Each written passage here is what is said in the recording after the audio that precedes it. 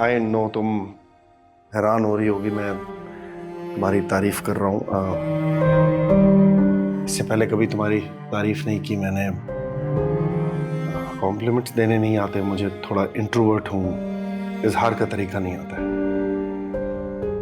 तारीफ और मोहब्बत करनी नहीं आती आपको, लेकिन अपने जज्बात, अपने बाकी के एहसासात बहुत बखूबी बताते थे आप।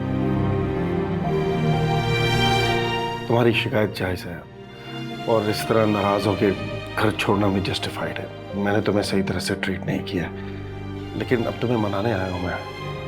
आप मुझे मनाने नहीं आए, आंटी के कहने पे आप आए हैं मनाने। मुझे किसी ने कुछ नहीं कहा।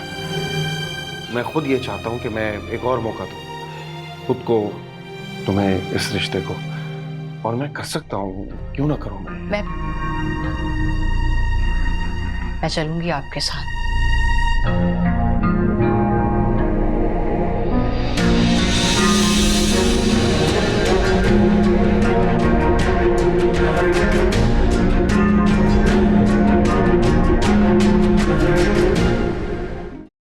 वैसे तुम्हारा घर छोड़ के जाना मुझे अच्छा नहीं लगा, लेकिन मैंने कुछ कहना मुनासिब नहीं समझा। वे देखो, मैं समझती हूँ कि मियाँ बीवी को अपने मामला खुद हैंडल करने चाहिए, लेकिन इस बात का मुझे यकीन था कि जल्द या देर तो अपने घर वापस जरूर आ जाओगी। बस आंटी हालात ही कुछ ऐसे थे, और फिर मेरी इतनी इंसल्ट हो चुकी थी कि मुझे घर छोड़ना ही मुनासिब लगे। तो उसका फायदा भी तो तुम्हें हुआ।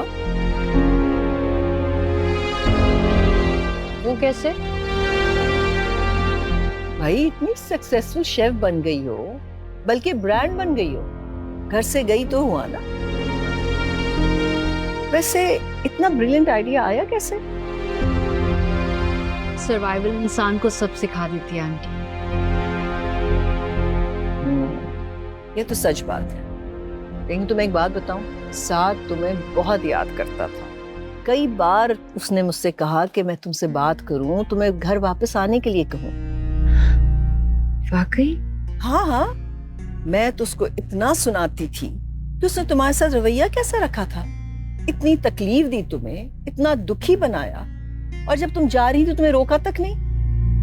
लेकिन तुमने तो कोई मुश्किल में उसको डाला ही नहीं, फौरन उसकी बात मान गई। आखिरकार ये मेरा घर था, वापस तो मुझे आना ही था। बिल्कुल बिल्कुल सही कह रही हो तुम। तुम्हें पता है, साद के अब्बा ने जब तुम्हें पसंद किया था ना, तो उन्होंने एक ही बात कही थी मुझसे और साद से। वो क्या? भाई, उनको बेहद यकीन था कि तुम कंकर को भी हीरा बना देने वाली लड़की हो, और साद की जिंदगी में ना कोई भी मुश्किल को नहीं आने दोगी।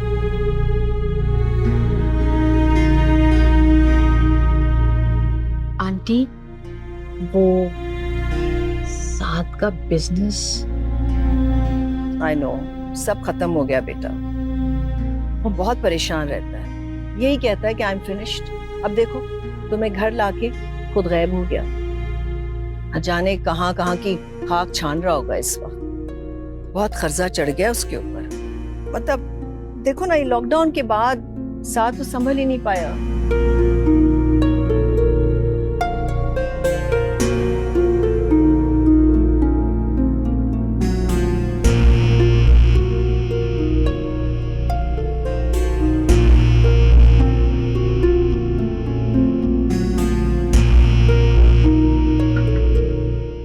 तुम बात करो।